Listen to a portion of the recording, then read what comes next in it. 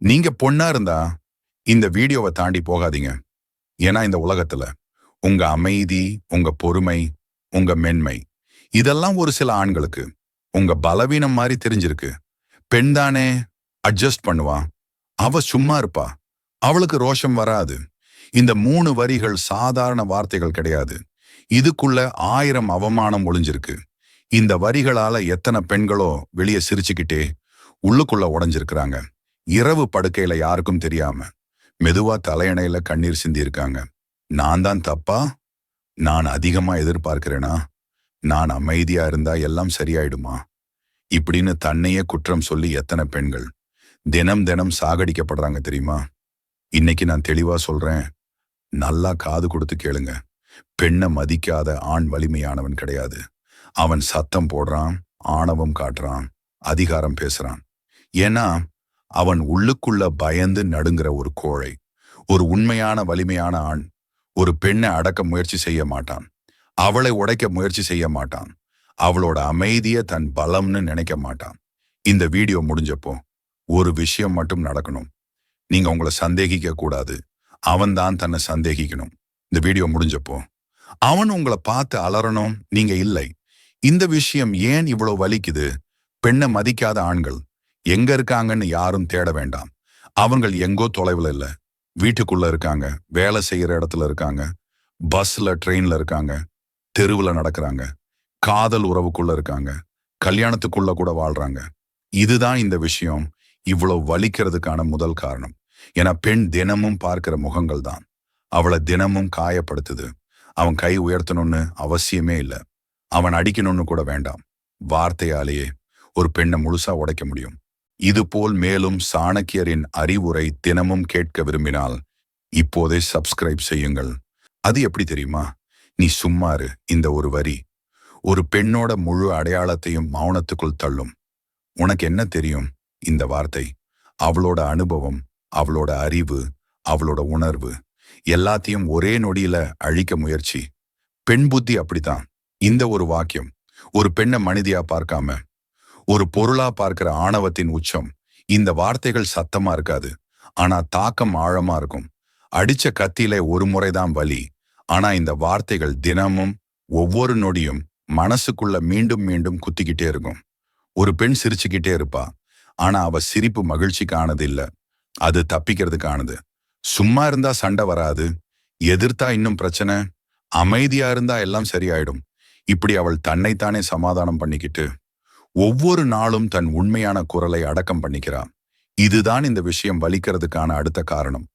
அவளை அடிக்கிறவன் எளிதா அடையாளம் காணப்படுவான், ஆனா வார்த்தையால காயப்படுத்துறவன் நல்லவனு, சாதாரணமா பேசுறானு சொல்லி தப்பிச்சிடுவான். ஆனா உண்மை என்ன தெரியுமா? உடம்புல இருக்கிற காயம் ஒரு நாள் ஆறும், மனசுல பட்ட காயம் நாளை ஆழமா மாறும்.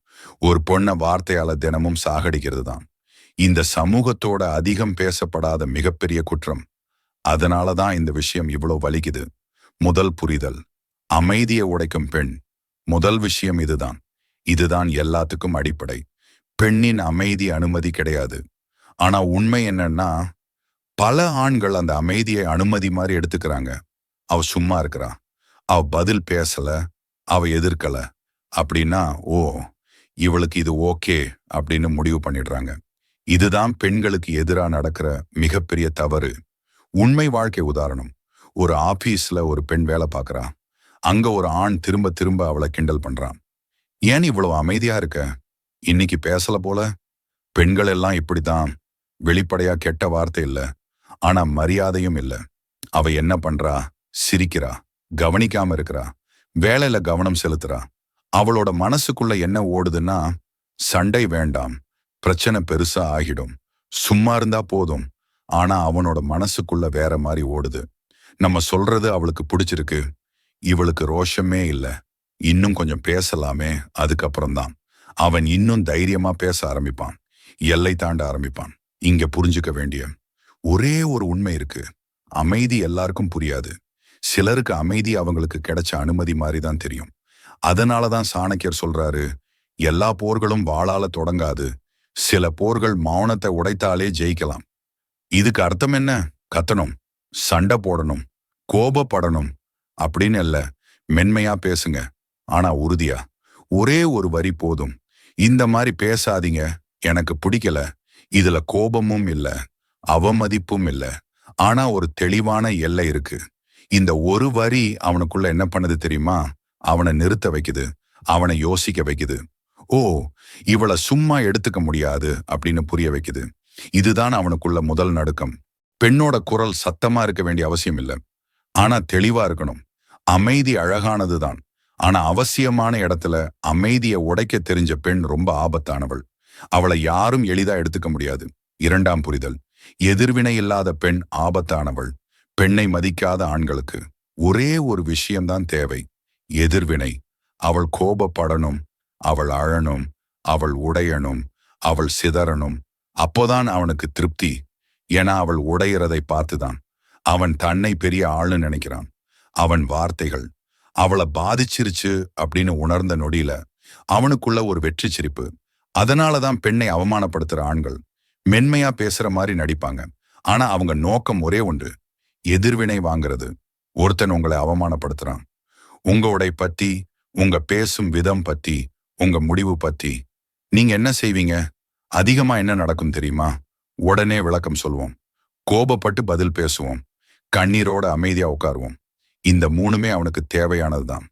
ஆனா இங்கே ஒரு பெரிய ரகசியம் இருக்கு. எதிர்வினை இல்லாத பெண் ரொம்ப ஆபத்தானவள். ஒருத்தன் உங்களை அவமானப்படுத்துறான், நீங்க அமைதியா அவனை பார்த்து ஒரு வினாடி நிறுத்திட்டு அதுதானா என்ன கேட்டா அவனோட உள்ளுக்குள்ள என்ன நடக்கும் தெரியுமா? இவளுக்கு கோவமே வரலையே, நம்ம தப்பு பேசிட்டோமோ, இவளுக்கு நம்ம மேல பயமே இல்லையே. அவனோட மனசு குழம்ப ஆரம்பிக்கும். ஏன்னா அவன் எதிர்பார்த்தது ஒரு பெரிய சண்டை, ஒரு பிரேக் டவுன், ஒரு கண்ணீர். ஆனா கிடைச்சது அமைதி. இதுதான் அவனுக்குள்ள புயல் கிளப்பும். அதனாலதான் சாணக்கியர் சொல்றாரு, எதிரியின் கோபத்தை ரசிக்காதே, அவனை குழப்ப வேண்டும் என்றால் நீ அமைதியாக இரு. அமைதின்னு சொன்னா அடங்கி போறதில்ல. அமைதி என்றால் சுய கட்டுப்பாடு. அமைதி என்றால் நிலைத்த மனசு.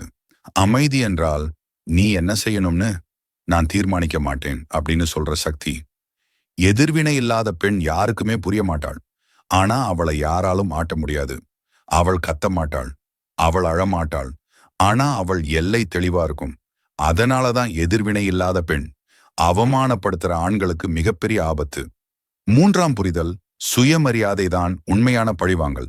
பெண்ணை மதிக்காத ஆண்களுக்கு எது பிடிக்காது தெரியுமா? சுயமரியாதை உள்ள பெண். அவள் எல்லாரையும் திருப்திப்படுத்த மாட்டாள், எல்லாத்துக்கும் சமரசம் செய்ய மாட்டாள், தன்னால முடியாததை இல்லைன்னு நேரா சொல்லுவாள். அவள் சத்தம் போட மாட்டாள், ஆனா அவள் முடிவுகள் சத்தமா இருக்கும். அதனாலதான் அந்த மாதிரி பெண். பெண்ணை மதிக்காத ஆண்களுக்கு ரொம்ப பயம்.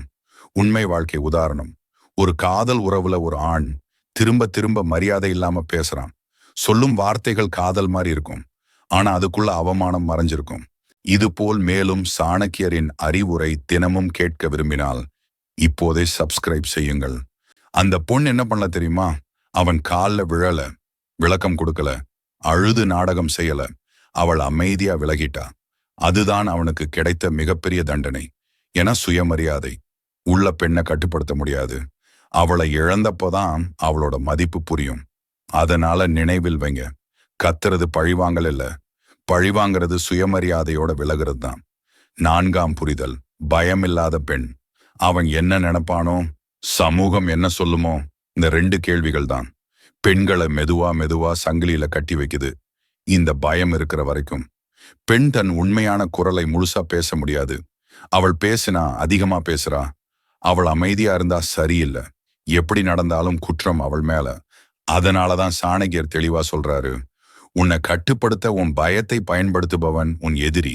யாராவது இப்படி நடந்தா 4 பேர் என்ன சொல்லுவாங்க அப்படின்னு பயமுறுத்தினா அந்த நொடியிலேயே புரிஞ்சுக்கோங்க, அவன் உங்களை பாதுகாக்கல, உங்களை கட்டுப்படுத்த முயற்சி பண்றான்.